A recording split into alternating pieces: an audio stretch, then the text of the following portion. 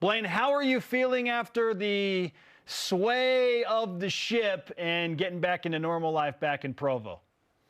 Yeah, I'm doing great. Although to give the viewers a kind of a feeling, all of us are a little bit like this right today. Every once in a while, like the ship's still moving. So, hey, and a note, two of my favorite people on the entire cruise, Paige and Navy. Yes. Like I Yes. love those two. Oh my goodness, Brendan, I just fell in love with your two baby daughters. They are the cutest things in the world. We just love them to pieces. Navy's cute with her little glasses and her blonde hair. Oh, Her voice is so yeah, high. Like yeah. it's great. That cruise was like going on a cruise with 3,500 members of your family. Like I've Yes. never had anything like it. It was amazing, you guys. It was so fun. It was incredible. I can't wait for the next one, honestly. And Yeah, they're amen. gonna have to get a ship that's twice as big because everyone that went on that cruise is gonna be back. It feels like. And So they're fun. going to tell their friends and family. And Cougar Nation, if you have a chance to go, it was incredible. Athletics did a wonderful job. What were some of your highlights of the cruise? What did you enjoy the most? I love reconnecting with some of my teammates. Like I keep in touch with Jim McMahon, but not as much as I should. And I had dinner with Jim 3 of those nights, and to catch back up with Jim, to hear what he's doing, and to reminisce. And a lot of other teammates and players I haven't been in touch with enough, and this reconnect was fantastic. But also the connection with the fans was unbelievable. They were so kind and gracious and respectful, and I was so pleased with how everything was laid out and how everything worked. And the entertainment on that ship was like way up here. Like it was elite. You know how we don't like to use that word, Yep. right? Unless somebody's really good. Yep. For a cruise ship, remember, cruise ship people typically their entertainment are trying to get where the people BYU brought back from their current places. Like I think about Savannah, who played Mary Poppins in the West End in London and played Galinda in Wicked. Like that's the level of talent that we had. And that's just to name one. It was so fun and so well done. I can't wait for 2027 in the summer because it really did feel like a cruise with just all family. And I know the passengers that I talked to as we were getting off in line and getting off felt the same way. And the panels that we were all able to participate in and host, how fun were those? And how good were the legends, the former athletes, the current athletes, and just connecting. It was such a great opportunity. And I didn't know quite what to expect. And Brenda and I came off of that cruise.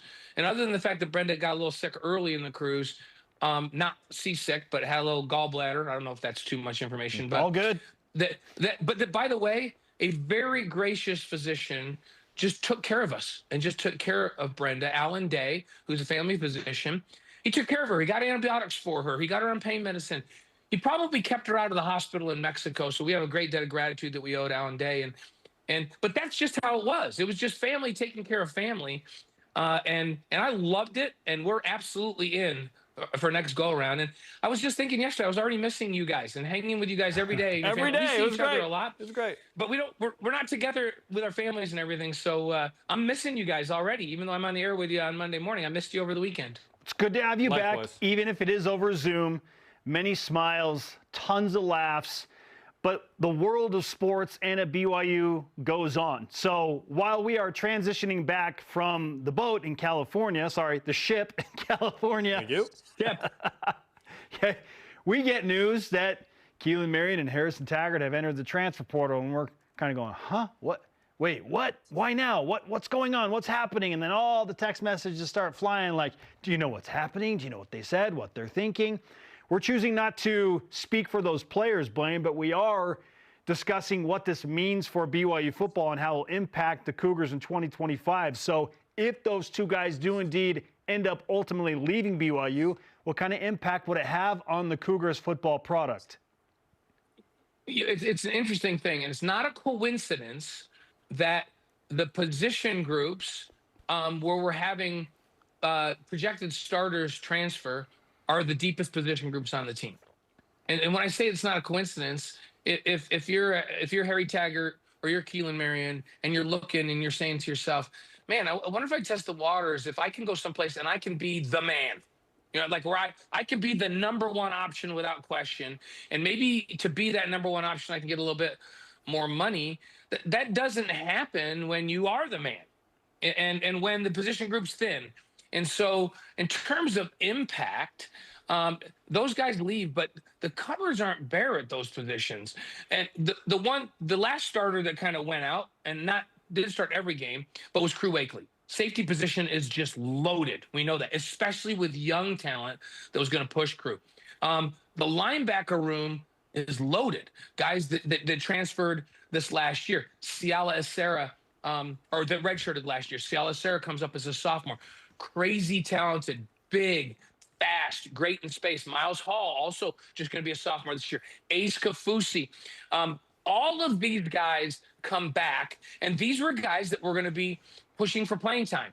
Not because they're better than Taggart. Taggart's a phenomenal player, and it will hurt to lose him because he's so productive and he knows exactly what he's doing out there. But that room, as you look at this graphic, is loaded with talent, and it's loaded with young talent. And then I look on the outside, and remember, BYU plays a lot of 4-2-5, where guys play, they're interchangeable inside now. So add to the guys that I just mentioned, and then you got Isaiah Glasker back, you got Jack Kelly back, you got Bryant Struthers back, you got Micah Kafusi back. Like, these guys can all play. I think the guy that we're going to see step up and play really well, and we got to know him even better on the cruise, is Ciala Acera, who he's a guy that I think when he came out of high school, people were thinking, he's such a big kid already. He's crazy fast, but he's going to be 280 pounds and he's going to play D-end. He's not 280. He's like 245 or 250 and still has all of that speed. And so he is going to be a really, really good linebacker. And he's going to be pressed into action where he's going to have to play more snaps than maybe he would have as a sophomore this year. But that combination of him and Hall and Ace Kafusi, I think they're in great shape at linebacker. And is it a shame that Harry's going out? Yeah, it is, because he's so good and he's so productive. Will somebody just step up and pick up? Absolutely, they will. I'm not that worried about that position group because there's so much depth at that group that they'll figure out a combination. And, at every group, you want to stay healthy. And they're elite, elite, elite. I'm saying that 3 elites. And, we don't, just like we said, we elite with Isaiah and Jack, right? Yep. With Glasker and Kelly. 2 of the best linebackers in the country, period.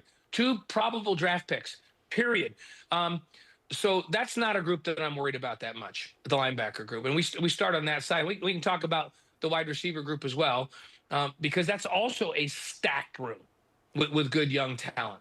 And Chase Roberts, Cody Hagan is going to take a huge step forward this year. Banged up a little bit last year, and people are saying, can we replace the speed? Cody Hagan ran 10,500 meters in high school. Don McKenzie ran 10,500 meters in high school. There's all kinds of speed at that position group and a lot of great young talent. It's similar to linebacker group where guys were going to be pushing for playing time because you're trying to get those young guys experience. So now those young guys are just going to get a little more experience, a little faster. I love that you got a couple of guys coming back that played a bunch in Chase Roberts and Parker Kingston. And maybe where you miss Keelan the most is in the return game. Yeah. Because he's so dynamic in the return game. And honestly, he's already got a couple of offers out there that he's posted online. Those places like Oklahoma, and some of these places that have looked at him, this is what they're looking at him for.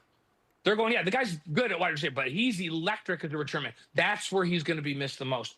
But again, Parker Kingston, who's returned punts, can return kicks. Cody Hagan, we were just scratching the surface with Cody. Very good return guy and could see time at that kick return spot. Don McKenzie, another guy that I mentioned, with blazing speed. They can play out there. And Enoch Nalhini has experience in the kick return game too. So I hate to see them both go. They were going to play critical roles and be tremendous competitors. I'm not downplaying the fact that they're leaving, but it's not a coincidence that they're leaving a room that has a lot of young talent that they know we're going to get playing time, that also has veteran talent that are the looked to guys. If you're Harry Taggart, you're great. You're a great player, and you're playing alongside Kelly and Glasker. So you're always kind of considered the third guy. I get why they're thinking maybe I'd test the waters. I don't begrudge them looking outside, but these are position groups where BYU is loaded. So I'm not that worried about it. Blaine, great insight into the always fascinating and head-scratching transfer portal scenarios. BYU, Jarom and I discussed, we feel like they should be okay because the depth remains there. And we're just hoping, fingers crossed, that nobody else enters the portal by tomorrow because that's when it closes.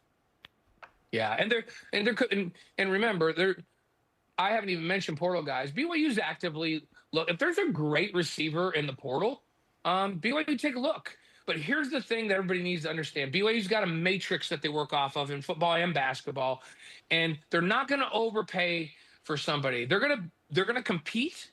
They're going to pay fair market value. They're not going to overpay. So if there's somebody in the portal looking to step up and play for a top 15 program that fits into the program at wide receiver, BYU's going to take a look at that. So we could see some things happen. Portal closes, but those guys are in there, and you may see a pickup in the portal. Blaine, good to talk to you, brother. We appreciate the time. Thanks, Blaine. All right, guys. Thanks. Miss you guys. Miss you.